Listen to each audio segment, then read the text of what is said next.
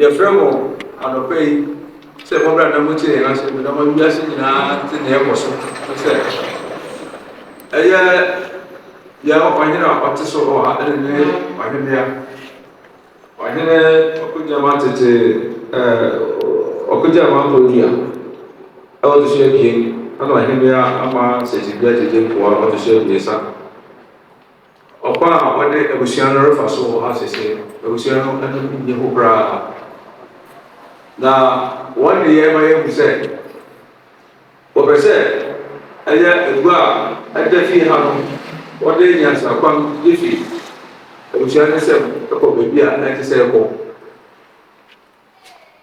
Gate now, you are going to get your brother and said, now, gate one now. See what's special. Now, what be a fashion? What say what come with 12 minutes? The other day, I am my man side. I didn't see that I share. I was sharing in a apple when Chrome said, the opportunity say, I'm sure they are.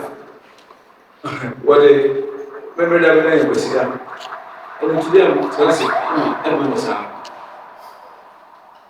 Now, you share. The air was in Nara, they were catching the election and saw. Obeka need to media, more so that my head. I didn't say that, say, a young year said, if you know Asuma, I tell him. Nature, I won't soon give no. There is your attraction, you are in our to Abruetia, down Krama. As I say, what they made Eddie Abruetia. Na akafia yete no asumdwe na yepe asumdwe ebisa asumdwe de wotifie na asumdwe wo ho a woda nanso ebinom ayese wono wompa asumdwe a wono wodi wongani enta na namankra do echi na namankra do kan ayimfia onyemia omaha meeting ebe kwa ọma amane ne ebe yoma nanso bebe de wonya kwanko asachiri sufi koye amane ne amamere nanso enti se ekonisa enti se no yan a yan ye ben egwa no wo pese wo pon yan tu bebe na wono wo be fe gwa no konso e manisa enti se ano se kokoram amfare wo se beto ohwene so ya mfare se wo de asawa betam sese no yan aye ho no me no yan aye se ye ntumi ne won nsum biu ebi se won fa sum dwe mafia ha wo pese wo de basabasa ye be fia ye so ye mpane senti won ko tran ba bia sum dwe mu na me wo kan me ye abelwatia e wo gate 4 ye frame ye janwa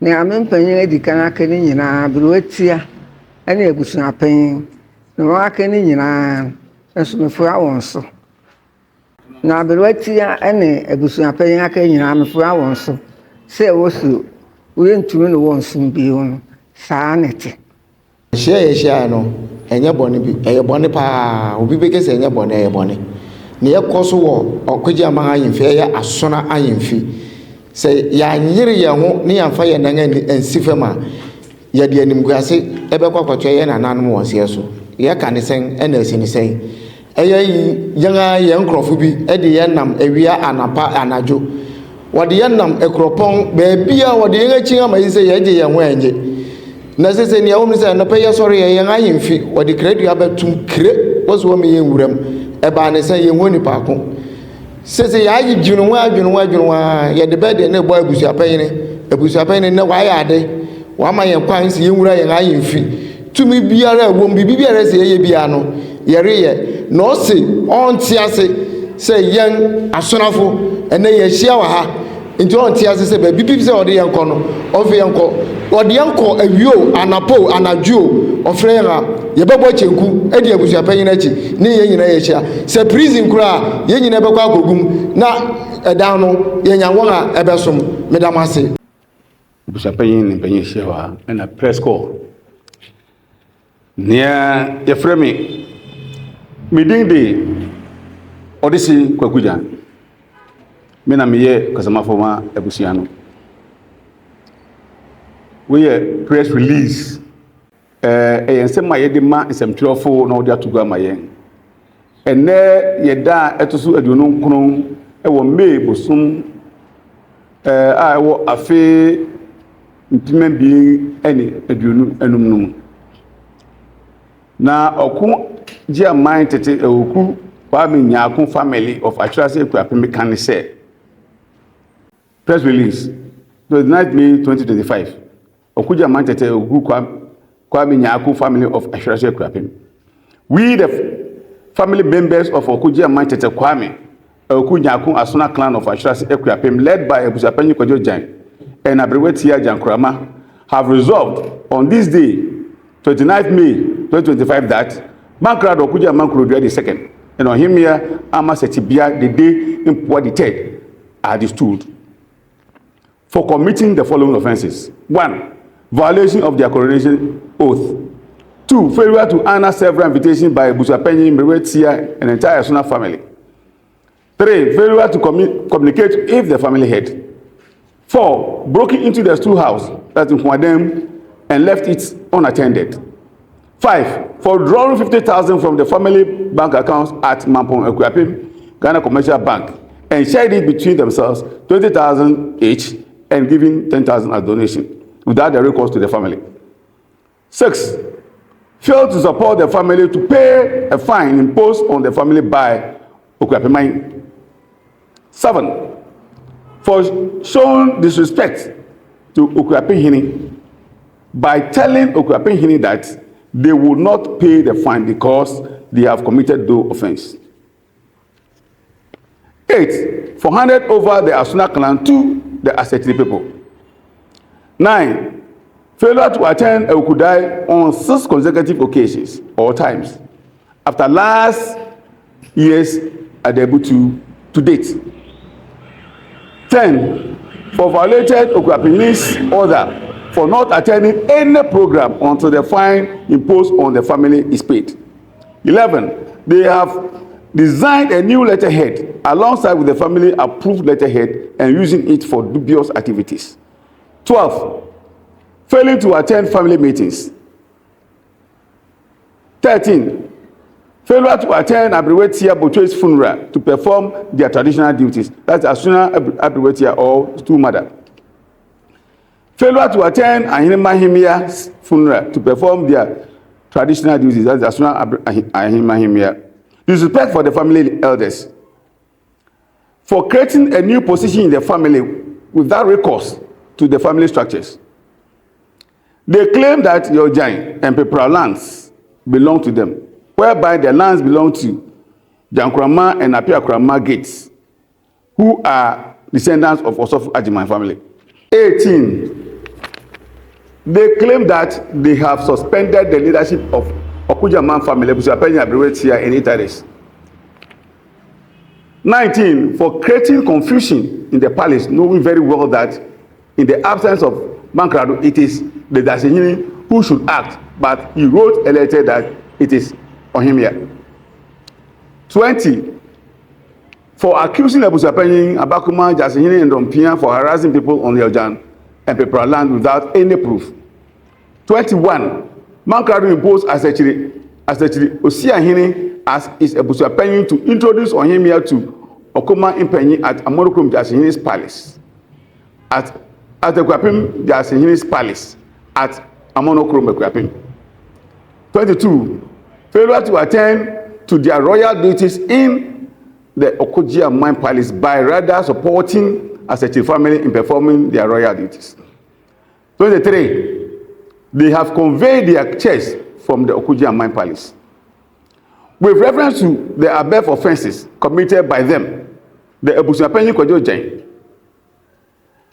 𝐾𝐤 𝐼𝐴 and their elders from all the 4 Asuna gates or houses are to perform ritual to confirm their decision of the stillment of Bankrado Okujiamman Krodwe II and Ohimia or 𝐻𝐼𝐴 Ama Setibia Dede Impua the third.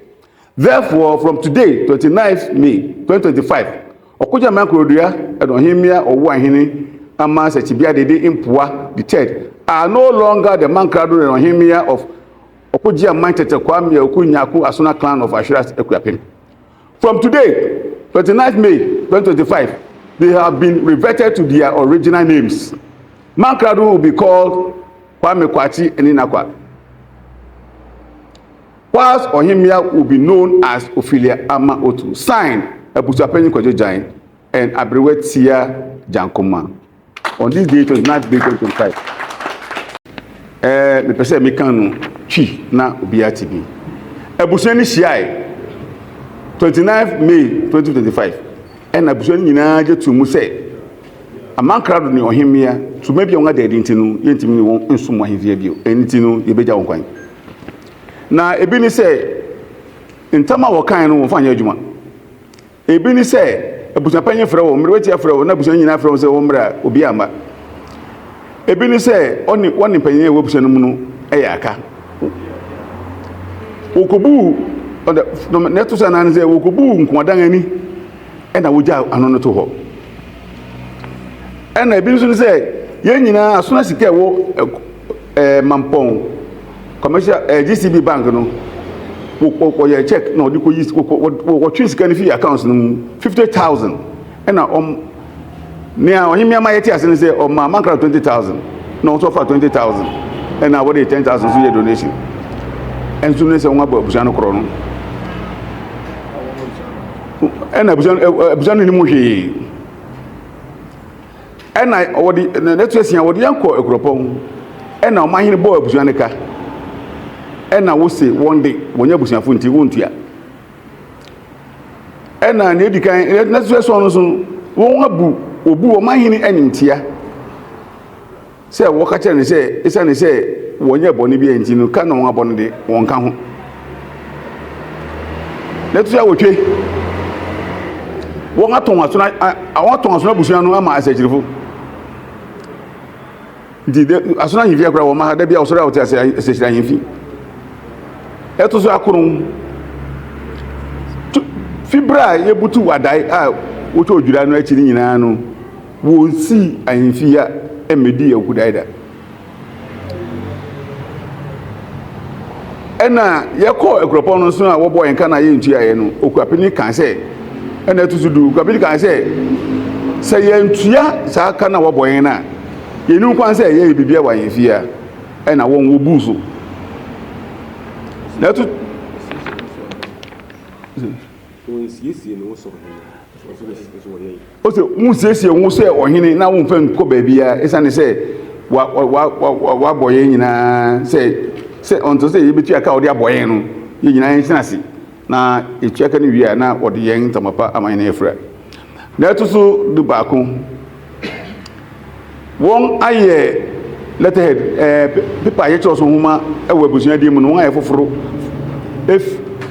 soro nko fina abusuan nkasa gya atom no ho na wode ye ne wo pese wode ye na to du mi abusuan fremiti na wo ma na to du mi sa yan nyina abusuan abrewati abotwe wuye no won ama eyina si ameye amane ese wo ye ma no won ama meja ne kwan sana yan etudu na sana ya abrewa yan ahirmahimma ya ensu ewuye no enu so na ono na oboto wa yefia ye amane bi ono oboto maye enu so won ama no kwan ema won amane ama abrewati ya enya ema ahirmahimma ya enya ne kwan na tudunum won ebusan panyefo nyina wo mu won etudu sia wo chise ahini fufu ebusuani mu na ebusuafo nyina ni mo hwe na tudu som wo se ye ojan na pepra wo sase nyina ye wonde nanso anye wonde agyan kroma ne apia kroma a wo ye gate one fo wo na ofi osofa adwuman fi ni wo na ye wonde ya na tudu du wotwe won na ukotena ba bi na wo se ebusuapanyi abrewatia enan beye ba wochi wo nyina won bo wasensen wo ebusuanum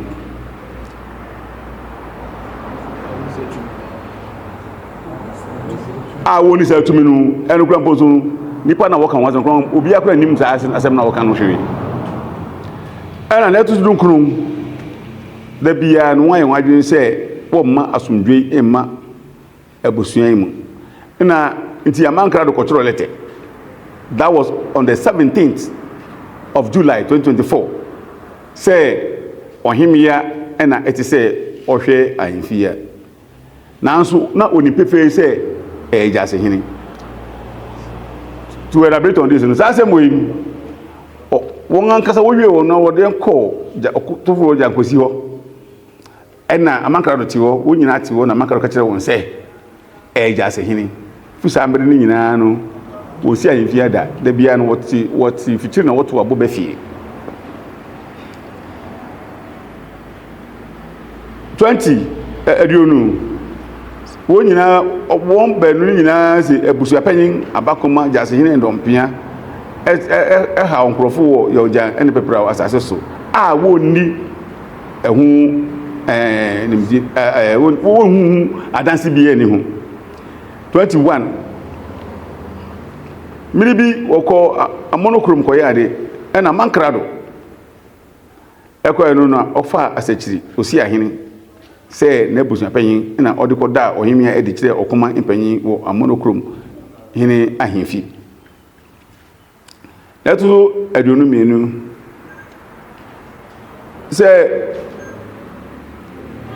asise ya wo asuna ahemfi adi adwuma nyina no nanka ese wo nyina ba na obeka wona nyina na ewe pepepe nanso wo ye bibi wo ha wo ma ba wo sori anu akotena asase ahemfi won na edi hwibom 23 won a won kan won ba sa won ko nyina fi ahemfi ya we show say won kasa no they vacated the palace nti ne ya kan say sa kwa adu adi abo won nyina no abusua panyin ni abrewatia e na panyin ehia nyina kan say enedai amani bi say yeye na ye ne wodi papa mu no ye be ye ne wodi papa mu na obi akotena ba bi obo isane say bra oboda ne ba bi na adweda ne ba bi na asem bi ani ho enti ne ye kan say enedai ohimia ene mankrado tumi ade ma wo han ye jefi wonsem enti no efi ne rekọ no obi ahu a amankrado ye frɛ no kwame kwachi eni nakwa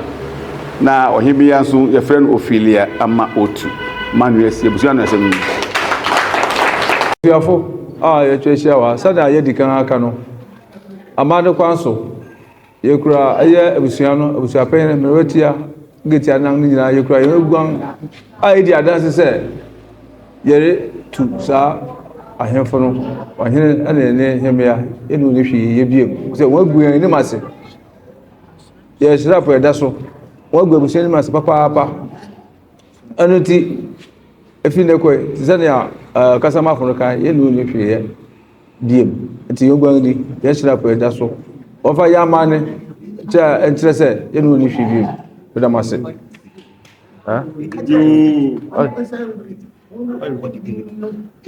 As said, I was not paying kind.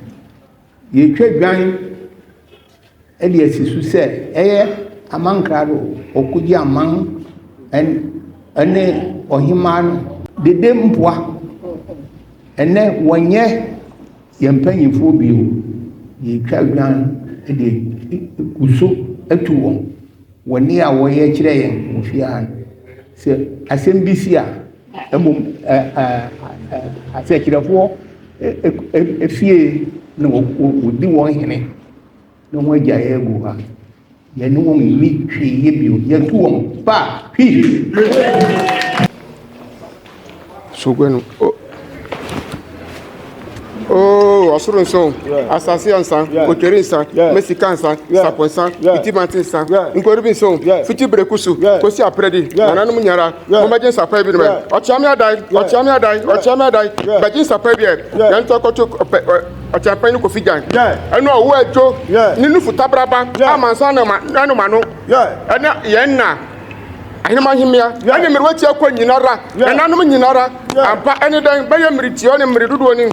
aye ye nwuru akoji ama krobia ampa se no ne mpanye ti wo ha ene ne mere watia wo ha ene ne himia owo adwo dede mpoa kwasem entwaye emfata se ye di sai abodin di mom ene nananom ene mere watia ene abusuani nya be che hwemo se efiti ene rekoin won oto kwanta won apai won hwiye biom se wotu what agwe no post wa hwe motokura wo ma ho fiti ene ko edin ada wo so tete no ene na abusuani de mom se fiti ene ko won hwiye bio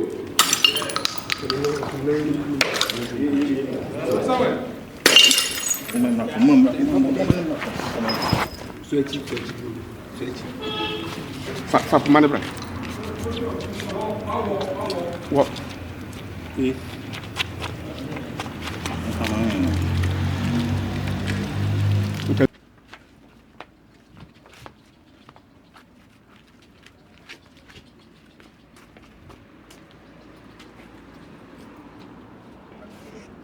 Monto, bunuko mna monto famati.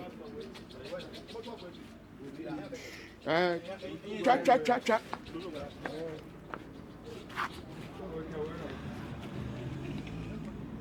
Metu hanan bio. E botu wa ya. Boom neck. To boom.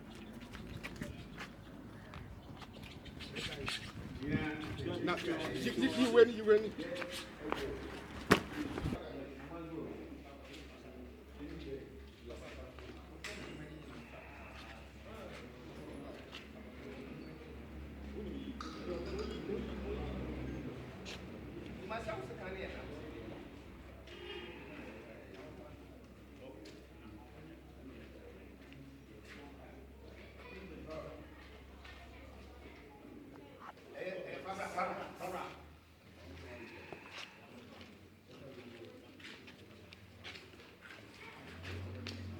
Yo, amani aye nyina no.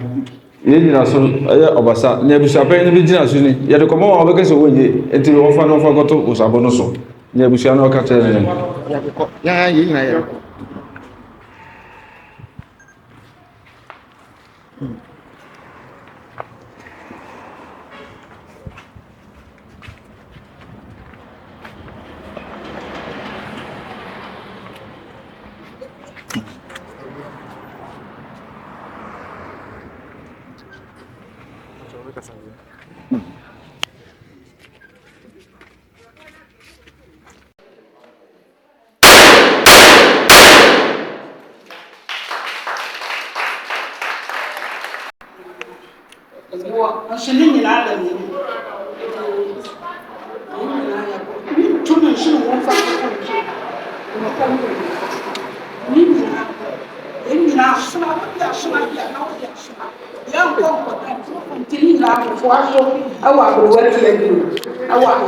Nyina dim efuaso yanyi yang adwuma ana yang yafunu emma yema ni yanakom nti mesuwa asuna niyama woye ni nyina so ewo Yesu dim nti amen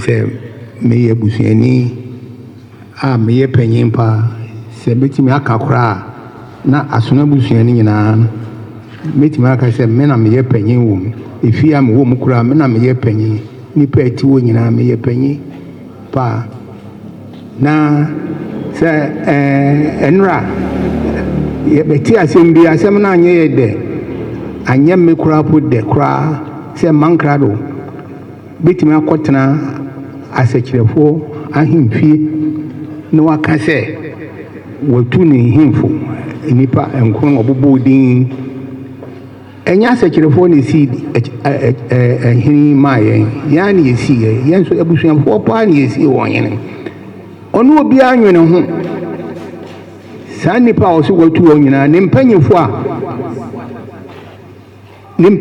no won ebu man ahimfie na otimi ekwetena obi ahimfie no ka kire nse watu won yenti ase enti yeshia yetu one ohima nyina yetu won